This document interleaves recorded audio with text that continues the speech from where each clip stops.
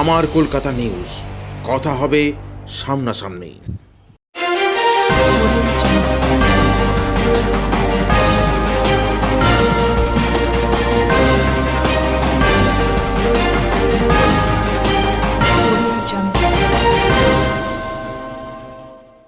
জলা জমি ভরাট করা যাবে না, সরকারের এই নির্দেশকে উপেক্ষা করে কানাইপুর গ্রাম পঞ্চায়েতের উপপ্রধানের বাড়ির কাছেই চলছে জলাজমি ভরাট।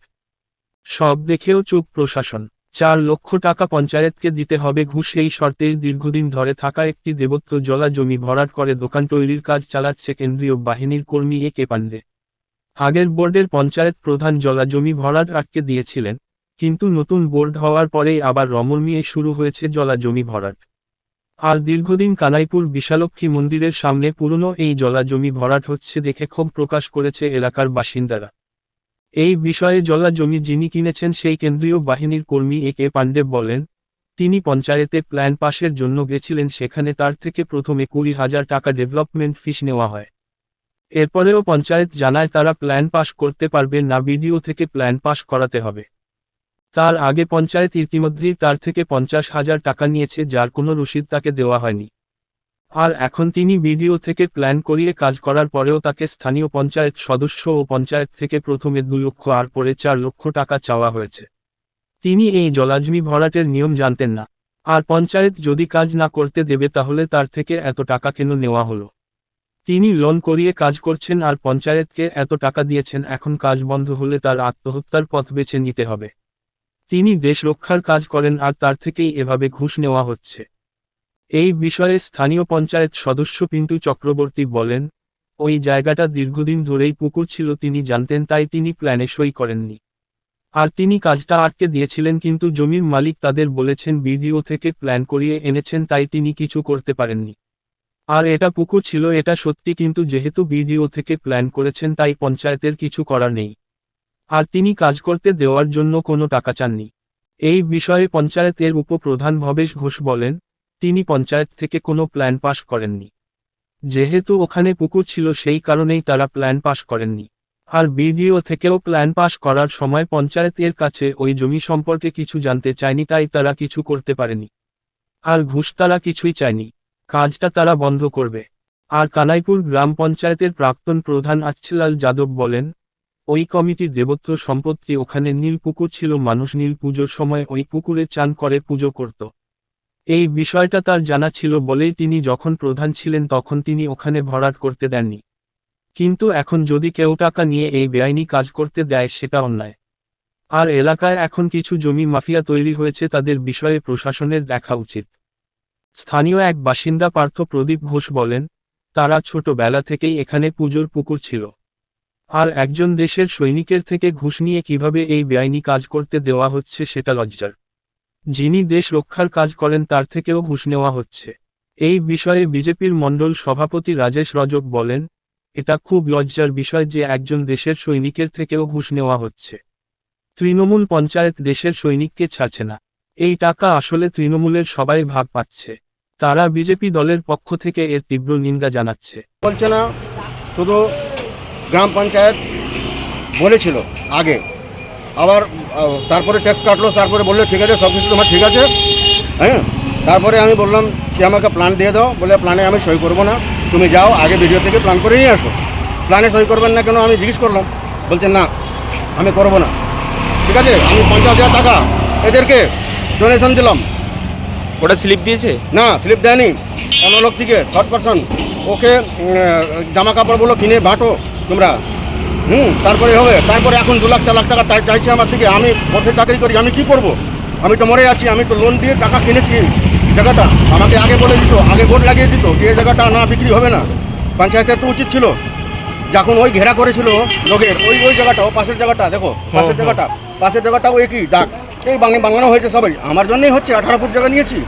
আর মানে এই 2 লাখ 4 লাখ টাকাটা কে চাইছে? হ্যাঁ, 2 লাখ 4 লাখ টাকাটা মুন্নাদা ওই সদস্য ওরাই তো পাটকাচ্ছে, আর কেউ পাটকাচ্ছে না। প্রধান বললো, শোনো, ও বললো, প্রধানটা বলেছে, সদস্য বলেছে, 5 জন মিলে বলেছে তুমি ওখান থেকে যাও, প্ল্যান নিয়ে আসো, আমার কোনো বলতে যাবো না আমরা, কিন্তু আবার আর মানে টাকাটা যে 2,50,000 টাকা কাকে দিয়েছেন? 5,000 টাকা একজন আমার আছে যে মাঝখানে ছিল, ওরা দিয়ে কাপড় জামা কিনে সব বললো কি ঠিক আছে তোমরা হয়ে যায়, মানে 50,000 টাকা কাপড় জামা কিনতে দিতে হয়েছে পঞ্চায়েতকে? ওরা কিনে দাও একটু পঞ্চায়েতে, আমরা বাঁটবো। ওরা বাঁটলো। আচ্ছা, আর 2-4 লাখ টাকাটা পঞ্চায়েত থেকেই চাইছে? আর চাইছে। আচ্ছা, আপনি কি করেন? আমি ফোর্সে চাকরি করি। মানে আপনাকে কেউ জানায়নি যেটা না, ভিটি আমাকে জমি এখানে কোনোদিন কাজ করা জানায়নি যাবে? স্যার। আমাকে এখন ট্যাক্স কাটলো, কারেন্ট এখনই কেটেছে, আপনি দেখেন এখনই কেটেছে। আমার কোনো দোষ নেই, আমি যেখানে কাজ করছি এখানে ভাড়াটা আগেই ছিল, পিছনে একটু জল আছে যে নালা জল আসছে, কোনো পুকুর নেই। এখন বললে মুখে পুকুর পুকুর পুকুর পুকুর কী করে হবে স্যার বলুন? ঠিক আছে, আপনার নামটা আরেকবার বলে দিন। আমার নাম একে পান্ডে। কোথায় থাকেন আপনি? আমি এখানে থাকি, বাসাইতে থাকি। আমি ঘর করার জন্য একটা নিয়েছি, আমার লোনে টাকা এটা জানো 3 লাখ টাকার ব্যাজ হয়ে গেছে 1.5 বছরে।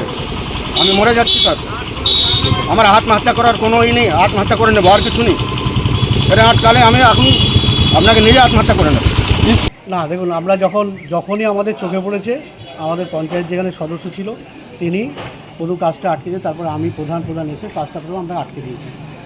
আমরা প্ল্যান দেখতে দিয়েছি, প্ল্যান নামের কাজ ভরাট করছিল, আমরা তখন কাজটাকে প্রথমে আটকে দিয়েছি। কিন্তু কাজ তো করছে, এখনো কাজ চলছে। আমিও সঙ্গে ওখানে আমি এখনই সঙ্গে গেলাম, সঙ্গে কাজটা আটকে দিয়েছি, বললো আমার কাছে প্ল্যান আছে, কিন্তু আমরা কানাইপুর গ্রাম পঞ্চায়েতের কোনো প্ল্যান পাস করিনি। সে বলছে যে তার কাছে যে প্ল্যান রয়েছে দেখা গেল পঞ্চায়েত সমিতি থেকে পাস করেছে, তাহলে পঞ্চায়েতের তো একটা দায়িত্ব থাকে যে তার এই জায়গাটা যে জলা জমি সেটা উপর কর্তৃপক্ষকে জানানো, যেখানে পঞ্চায়েত প্ল্যান দেয়নি, ওপরে না জানাটাই হয়তো আমাদের থেকে পঞ্চায়েত সমিতি এরকম কোনো ব্যাপারটা নেয়নি, দেখে নিতে হবে পঞ্চায়েত সমিতি কীভাবে দেখে।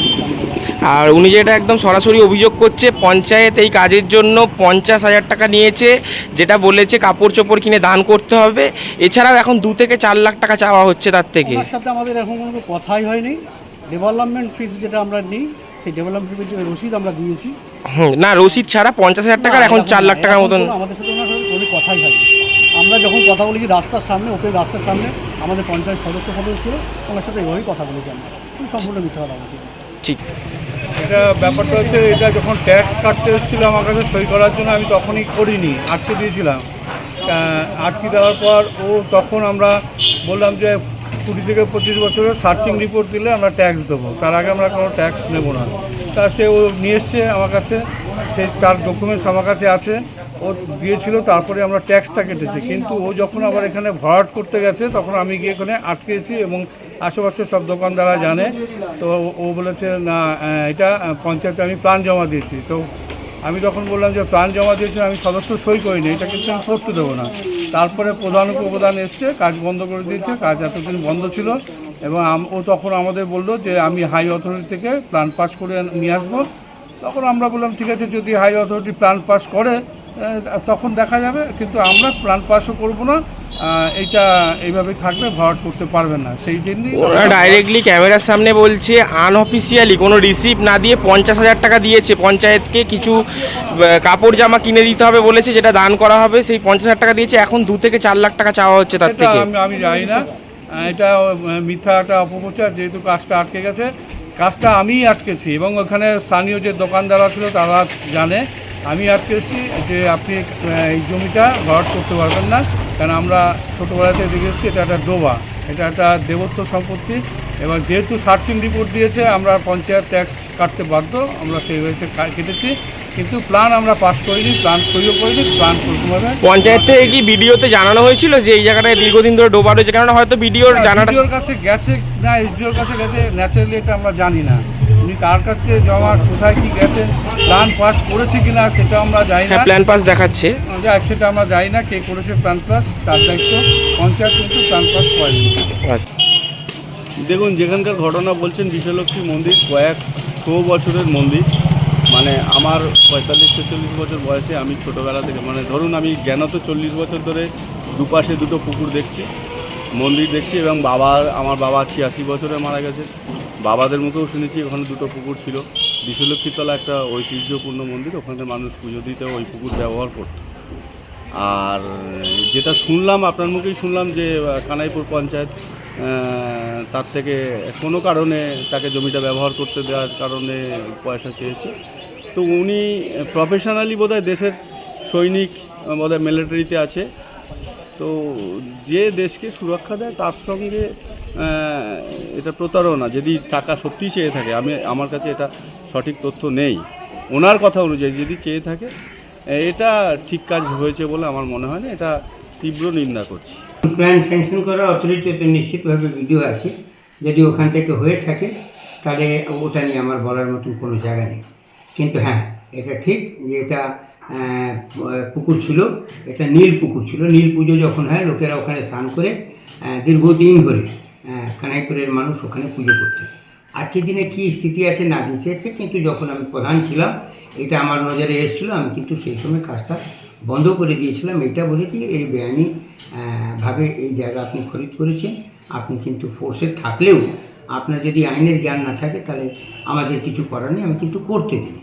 এখন ভরাট কীভাবে হচ্ছে যেটা উনি জানেন, এবারে কাকে কী টাকা দিয়েছেন না দিয়েছে, কিন্তু টাকা নিয়ে কোনো জিনিস বেআইনি জিনিস আইনি হয়ে যাবে, এটা কিন্তু আবার বড় বেআইনি। তো আমি এটাকে বা আমরা নিশ্চিতভাবে এটাকে সমর্থন করি না। রাজ্যের মুখ্যমন্ত্রী বারবার জল ভরো প্রকল্পের কথা বলছে, পুকুর ভরাট সম্পূর্ণভাবে নিষিদ্ধ। সেখানে কানাইপুরে তৃণমূল পরিচালিত পঞ্চায়েত বোর্ডই 2 থেকে 4 লাখ টাকা একজন আর্মি অফিসারের কাছ থেকে চাইছে, এটা কিভাবে দেখবেন? এটা নিশ্চিতভাবে, যদিও আমার এটা জানা নেই, কিন্তু নিশ্চিতভাবে এটা খুব খারাপ কথা, অনৈতিক কথা। এইভাবে কোনো লোক কাছ থেকে টাকা চাওয়া, একটা বেআইনি জিনিসকে আইনি করে দেওয়ার জন্য যারাই করছে তারা অন্যায় করছে, তাদের বিরুদ্ধে নিশ্চিতভাবে শাস্তি হওয়া উচিত। দলকে আপনি আজকে আমাকে জানালেন, নিশ্চিতভাবে আমি জেলা সভাপতিকে এটা নিয়ে আলোচনা করব, তাকে নিশ্চিত তার নলেজে আনবো যে এইরকম একটি ঘটনা ঘটেছে কানাইপুরে, একটুখানি এটাকে তদারকি করা হোক, এটাকে দেখা হোক। আগেও পঞ্চায়েত সদস্যের স্বামীর বিরুদ্ধে সরকারি জমি থেকে গাছ কেটে বিক্রি করে দেওয়ার অভিযোগ উঠেছিল। তারপর আবার এখন মানে দৈবিক সম্পত্তি, যেটাকে মানে দৈবিক সম্পত্তি বলছে এলাকার মানুষ। দেবত্ব স্থান ছিল, এর মধ্যে কোনো সন্দেহের কারণ নেই। আপনি দেখবেন কানাইপুরের মধ্যে কিছু জমি মাফিয়া আছে, তারা জমিগুলো নিয়ে হেরফের করে। হয়তো এইরকমই এই ভদ্রলোক এটার একটা শিকার হয়েছে, কিন্তু যারা আজকের দিনে তার কাছ থেকে টাকা নিয়ে অনুমতি দিয়েছে ভরাট করা বা আজকে টাকা চাইছে, তারা কিন্তু অন্যায় করছে। এটার আমি ঘোর প্রতিবাদ করি। নিশ্চিতভাবে আমার দল কাউকে এটা এইরকম কাজ করার জন্য অনুমতি দেয় না। যারা করেছে তাদের বিরুদ্ধে নিশ্চিতভাবে কোনো না কোনো ব্যবস্থা নেওয়া। আপনার নাম? আমি আচ্ছালাল যাদব, সম্পাদক হুগলি জেলা তৃণমূল।